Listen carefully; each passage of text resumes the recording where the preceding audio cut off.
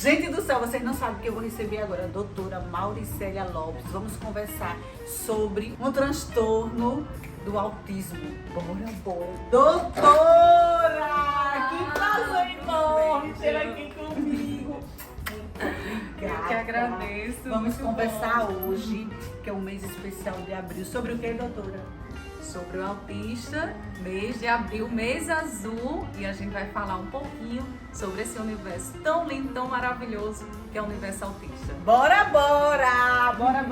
Seja bem-vinda! Obrigada, Pronto, nossa história vai ficar topada.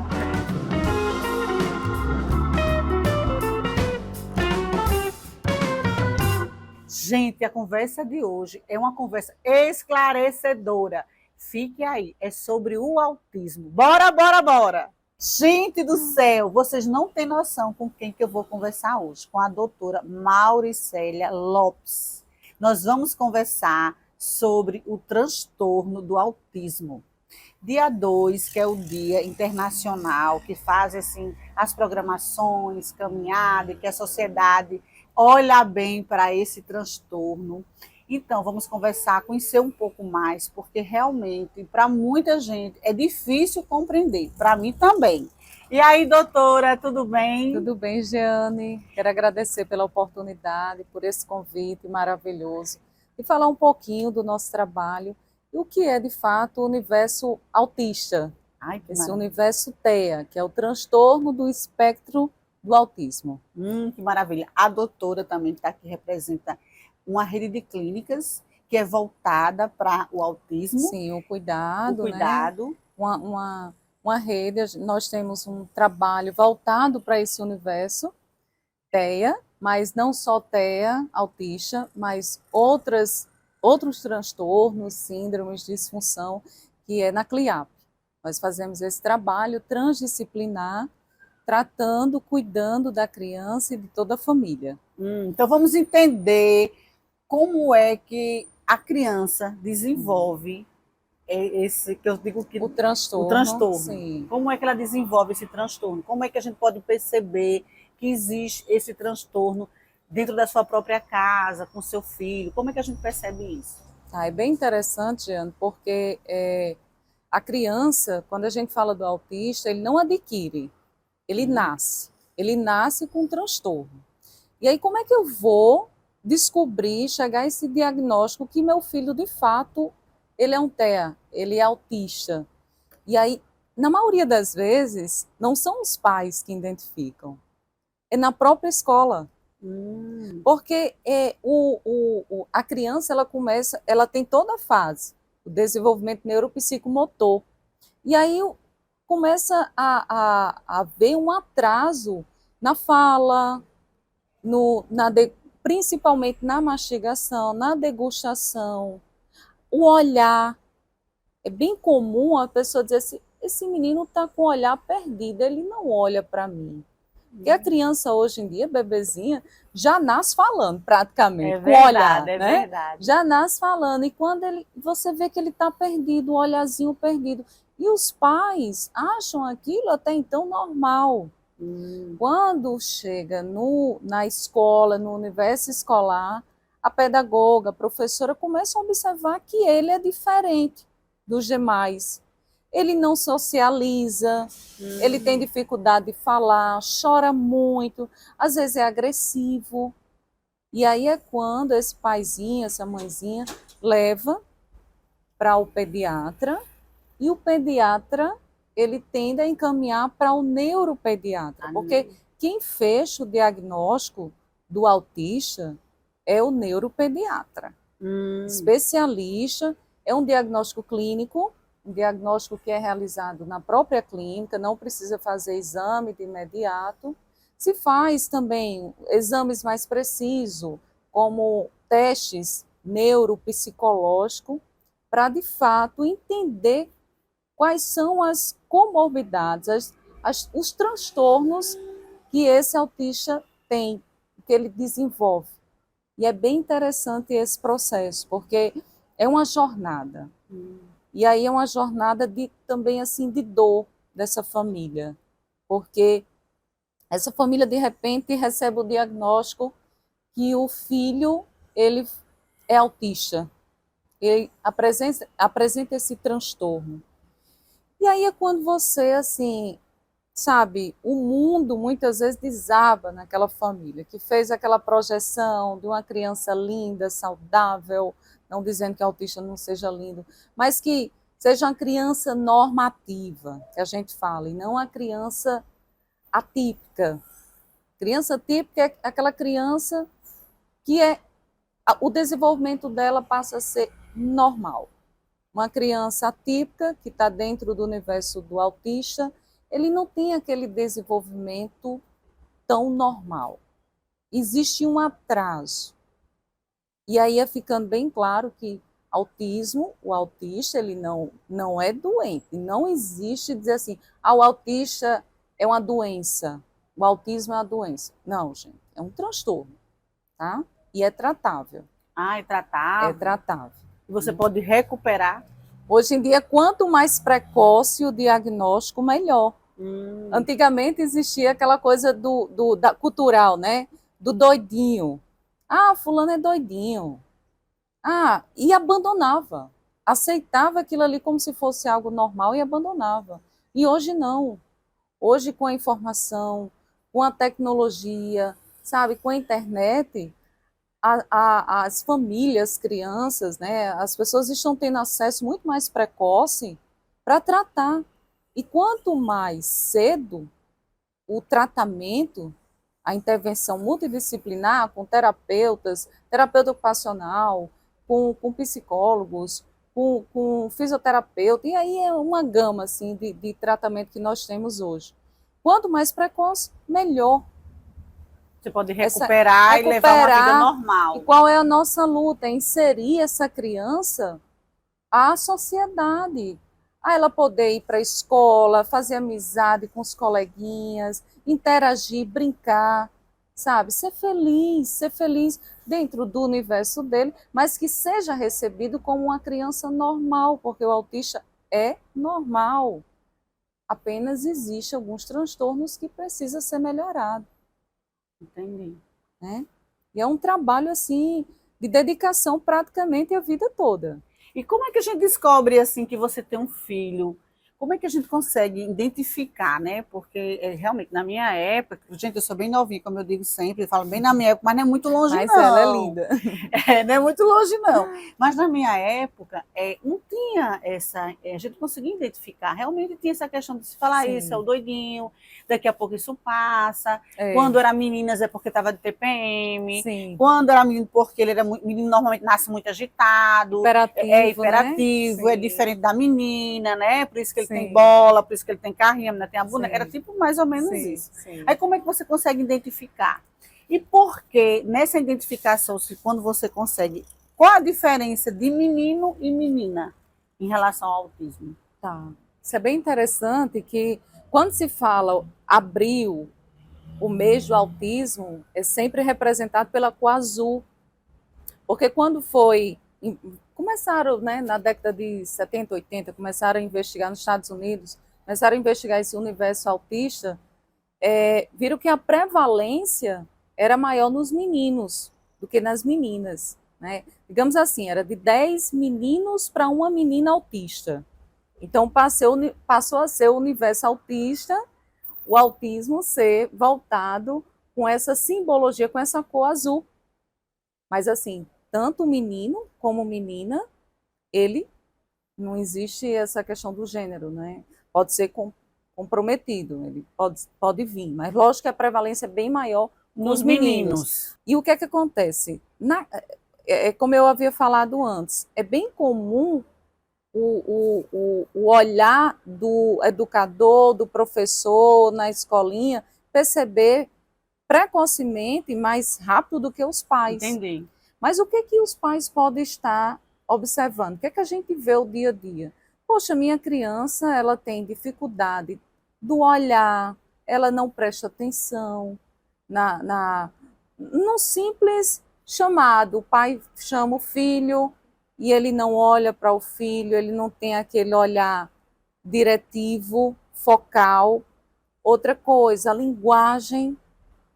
é muito comprometedora, por isso que o trabalho da fono, hoje a especialidade da fonoaudiologia, existe assim uma gama de subespecialidade para trabalhar o TEA. Então, assim, é a dificuldade do falar, é a dificuldade de mastigar, e aí vem a questão da alimentação seletiva. Porque o autista, ele tende a ser muito seletivo com a sua alimentação. E os pais começam a perceber, poxa, meu filho não come qualquer coisa, meu filho não mastiga, ele tem dificuldade de mastigar, de deglutir, ele não consegue falar. Outra coisa que é muito importante também, o autista, ele pode ter outras comorbidades e outras síndromes. Tipo, a gente pode ter um autista com Down, ele ser Down e ser autista ao mesmo tempo. Ele pode ter TDAH, ser autista. E aí o autista, ele tem graus. Ele vai de leve, moderado e severo. O leve é aquele autista que ele ainda consegue ter socializar. Tem algumas limitações, mas ele ainda consegue se comunicar. A alimentação ela não está tão comprometida. E aí o severo, né, saindo da extremidade do menor para o maior, o severo, de fato, é aquele autista que ele, assim, tem vários comprometimentos. Né? Até, às vezes, até a forma dele lidar por ele ser muito hiperativo, a questão do sensorial, às vezes o autista ele machuca porque ele não tem a noção que ele está machucando. Aí vem a terapia ocupacional trabalhando essa criança, a parte sensorial dessa criança, do toque, do sentir. Então, é aí que o pai vai identificando que meu filho tem alguma coisa diferente. Aí você leva para o neuropediatra, que é o caminho certo, e aí ele vai fechar um diagnóstico e começar a sua jornada de tratamento. Na clínica, vocês recebem, vocês estão percebendo ao longo do tempo que deve estar chegando crianças mais ou menos com determinada idade, né? Que os pais já estão começando a ver, a perceber. Sim, então, assim, nas experiências que vocês têm na clínica, os pais estão chegando com que idade com essas crianças lá para tratamento? Tá. Hoje está sendo cada vez mais precoce a intervenção. Então, com 2, 3 aninhos, já estão se fechando, já está sendo fechado o diagnóstico. E essa criança ela tem grandes chances, né? Quanto mais precoce, melhor, para tudo na vida. Então, assim, se ela começa a intervenção precocemente, com 2, 3 anos de idade, as chances são bem maiores, né?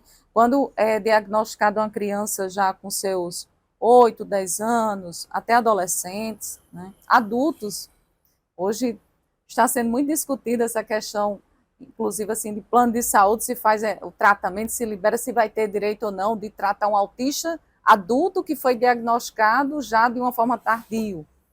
Então, assim, não existe idade para se fechar um diagnóstico do autista. Né? Ele é do zero até envelhecer, a sua senescência. Mas, assim, quanto mais precoce, que é nessa fase justamente entre os 2, 3 anos, que é a linguagem, a alimentação, tudo mais, a comunicação, e aí é quando existe uma prevalência maior, então os pais estão buscando cada vez mais, o diagnóstico está sendo mais precoce, sabe? E é crescente, gente. É incrível, é incrível. Jeane, é crescente o número de crianças diagnosticadas como autista. E esse tratamento do autismo, ele é só com terapias, com fono, não usam remédio, não tem? Usa remédio também? Existe a parte clínica, o tratamento clínico, medicamentoso, tá? Existe o tratamento clínico e existe o tratamento terapêutico. Ah, tá. Então, assim, e eles têm que estar associados. A maioria das vezes, a criança, ela não faz um tratamento isolado. Sim. Principalmente dependendo do comprometimento da criança. Certo. Se ele for um autista severo, se ele tem outras comorbidades associadas, se ele é hiperativo, se ele tem TDAH, se ele tem outros transtornos, a medicação ela tem que se fazer presente. Entendi. Né? E hereditário esse transtorno? Não, aí quando a gente pensa assim na hereditariedade, ainda não tem nada conclusivo. Certo. O autista, é um fator X, é um fator, qual o fator causal que levou a fechar esse diagnóstico? Vem do pai, vem da mãe? Não. Existe um mapeamento, um estudo dos genes comportamental dos pais, do par do pai, da parte da mãe. É observado que o pai que é autista, a mãe que é autista, que é bem comum vir do pai, do homem, ele tende a nascer autista, então você identifica que você é autista, aí o pai começa a observar, poxa, eu também sou autista, só que eu nunca fui diagnosticado. No tempo passado, a gente não tinha essa informação de hoje, né? Aí eu era autista, meu filho é autista, sabe? Então, mas assim, não tem nada correlacionado que é hereditário ainda. Ainda existem muitas teorias. Alguns falam que é a alimentação de hoje, alguns falam que é o uso excessivo de tecnologia, de celulares, né? Existem várias teorias, né, em relação a isso. Mas o tratamento, de fato, ele tanto é clínico-medicamentoso, como também terapêutico. Então, na clínica, vocês percebem que a cada vez mais estão vindo crianças com menos idade, tipo 3 anos. 3 anos. É uma gama maior, então as pessoas estão preocupadas, estão indo buscar realmente, querendo identificar o comportamento do filho, por que está acontecendo isso. E pelo que você está contando, parece que a escola também está bem preparada, porque está ajudando os pais nessa identificação, está lá mais observando, para trazer essa informação para os pais. O que acontece hoje na sociedade? A gente tem que ver a nossa realidade aqui em Natal, né? É sempre fazer um comparativo. O tratamento que nós temos, a realidade que nós temos hoje, assim, a nível regional, Nordeste, Brasil, a gente ainda está nesse processo ainda de melhoria, de avanço. Quando a gente vê a realidade dos Estados Unidos é bem comum a criança ter ser tratada na escola, que ainda não é nossa realidade Brasil, e muito menos aqui em Natal. Os professores, na hora que a pedagoga, a professora, a neuropedagoga, ela identifica aquela criança como atípica, uma criança diferente, um comportamento diferente, ela induz o paizinho, a mãezinha, a procurar um especialista. Mas, de fato, as escolas, Jeane, elas ainda não estão preparadas para lidar com esse universo. Até consegue ajudar a identificar, mas consegue, lidar... mas tratar não. Entendi. Eles podem identificar, porque é a parte ajuda, comportamental. Né? Mas, assim, tratar ainda não. Sim. Por quê? Existe todo investimento, profissionais qualificados. Por exemplo, na clínica, nós temos analistas, porque é toda uma construção. Hoje, o que é que se trata, o que é que tem de primeiro nível, até de evidência de estudo, para um tratamento para um autista? O que é mais indicado hoje? Se chama análise do comportamento, que é o ABA. Então, essa análise do comportamento é uma ciência que é aplicada diariamente com essa criança para ele socializar essa criança, para que ele volte a interagir com a sua família, com a sociedade. Então, é tudo comportamental. Isso vocês aplicam lá na clínica? Lá na clínica. O tratamento hoje, o mais indicado para autista, nós trabalhamos lá na clínica, lá na CLIAP, que é o tratamento de análise do comportamento. Tem crianças, Jeane, que passam só com essa terapia 3 horas, 4 horas por dia, fora fono, TO, físio, outras áreas. E é puramente comportamental. E essa terapia ela pode ser realizada tanto clínica, casa e escola, porque ele tem que ir para um ambiente naturalista. Então, eu tenho que trabalhar essa criança no dia a dia, como ela ser independente, promover a autonomia, para que ela possa fazer sua higienização, seus cuidados pessoal, pegar o pãozinho, colocar lá na torradeira, sabe? As AVDs que a gente fala, as atividades diárias, ele ter essa independência. Então, a terapia, ela trabalha com essa parte comportamental. E, assim, existem avanços gigantescos, sabe? Em curto prazo. Aí você faz uma análise, faz um PEI, um programa de atendimento com essa criança, e existe evolução. Essa criança já consegue pegar um copo e tomar água. Muitas vezes ele não consegue pegar no talher, ele não entende o que é aquilo ali. Entendi. Sabe? E aí, pronto, ele aprendeu a tomar água, a se alimentar sozinho, pegar num talher, pegar numa colherzinha, ele aprendeu. Vamos para outra fase. E aí é esse desenvolvimento que nós vamos cuidando, avançando, né? É o dia a dia. Então, eu que sou leiga no assunto, que eu me sinto mais à vontade de falar, né, assim, em relação ao público, eu imagino que você tem uma criança e que ela tem aquela dificuldade no comportamento da idade, quando você vai buscar ajuda lá na clínica, ela vai ajudar o seu filho a ter o desenvolvimento que você sozinho em casa não conseguiria, não é isso, doutora? É isso mesmo. Em casa você não consegue, porque são técnicas, são ferramentas, existe estudo para isso, como eu falei, é uma ciência. Então, a gente aplica o dia a dia. Então, o pai e a mãe, qual é o papel do pai e da mãe? É a doação, é o cuidado, é o amor, sabe? É a aceitação. Você tem que aceitar o seu filho. Não é porque o seu filho ele apresenta transtorno que você vai ficar mal, vai ficar triste. Lógico, eu sei, eu vivencio isso dia a dia na clínica com os pais. Eu sempre falo que a gente não cuida de crianças. A gente cuida da família. A gente acolhe a família. Muitas dessas mulheres, dessas mãezinhas, Jane, ela anula a sua vida. O matrimônio fica comprometido, a sua vida profissional. Muitas e muitas mães, centenas, milhares de mães, ela vive, ela passa a viver em função daquele filho, daquela criança. E é um desafio. Mas aí a gente tem que acolher com amor, que é o que nós fazemos na CLIAP. A gente coloca como os princípios, né? Quais são os seus princípios, seus valores que nós temos? Empatia, o respeito, é o amor, sabe? De você abraçar, de você acolher. E saber que nunca você pode dizer que o seu filho, você desistir. Eu vou desistir do meu filho. Nunca faça isso. Sabe? Nunca desista. Acredite. Existe tratamento.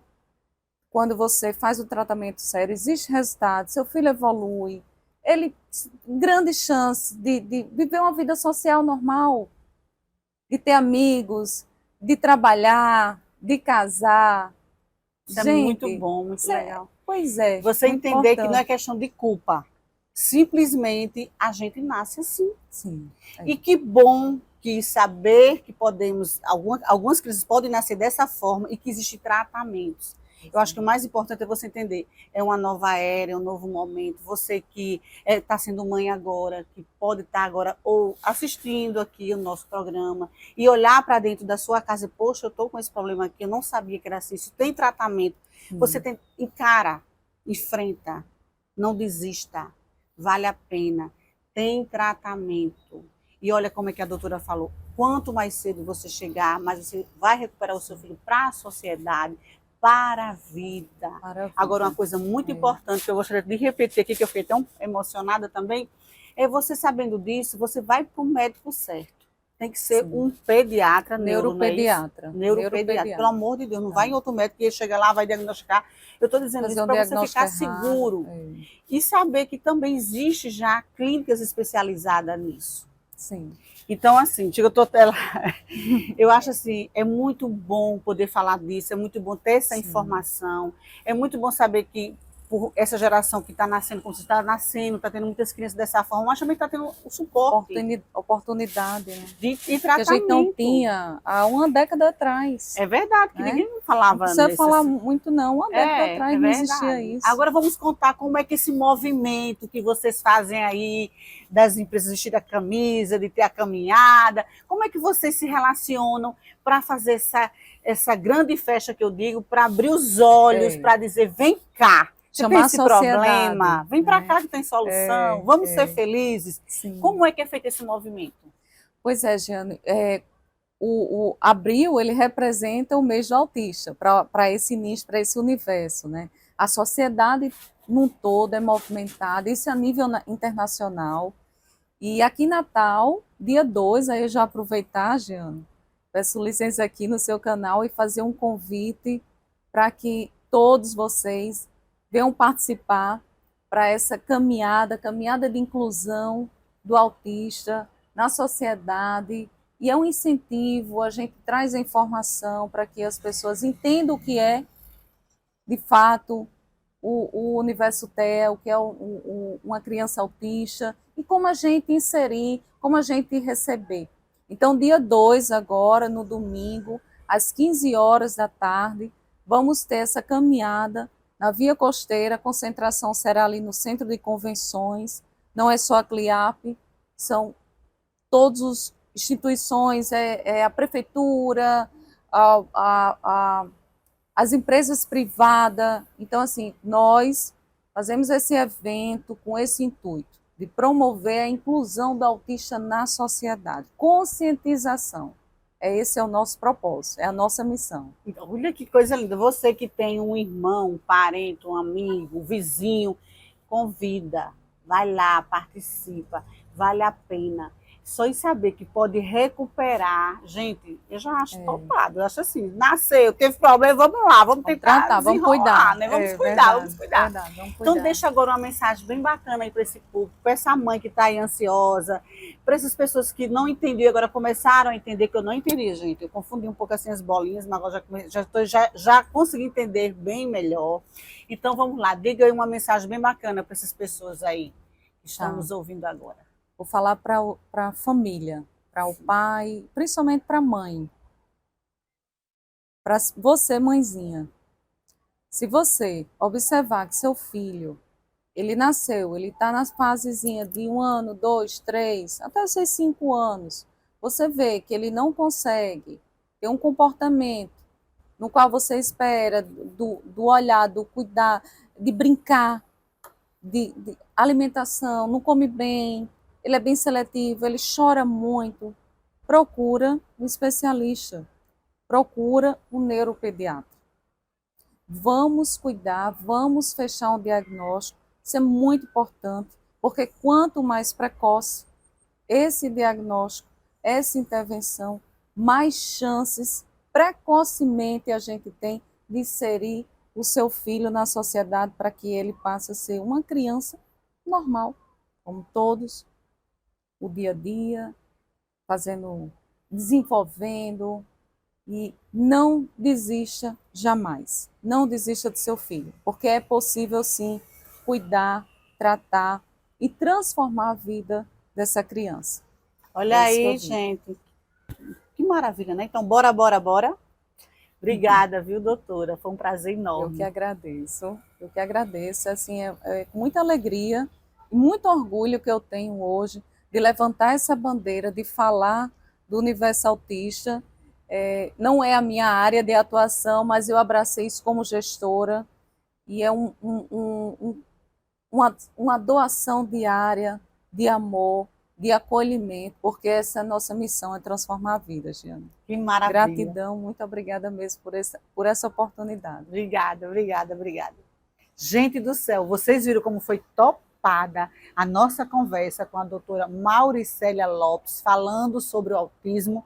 Topada. Também quero agradecer aos meus parceiros Corpus. Obrigada, Corpus, pela confiança. Uma empresa maravilhosa para se trabalhar. Topada. A nossa parceira Fibertech. Muito obrigada, Fibertech, também por confiar aqui no Conversa com Jeane. E fique com o meu despertar. Olá, você que nos assiste. Quero transferir algo da parte de Deus para a tua vida. No livro de 1 João, capítulo 4, no verso 7, diz que o amor é de Deus.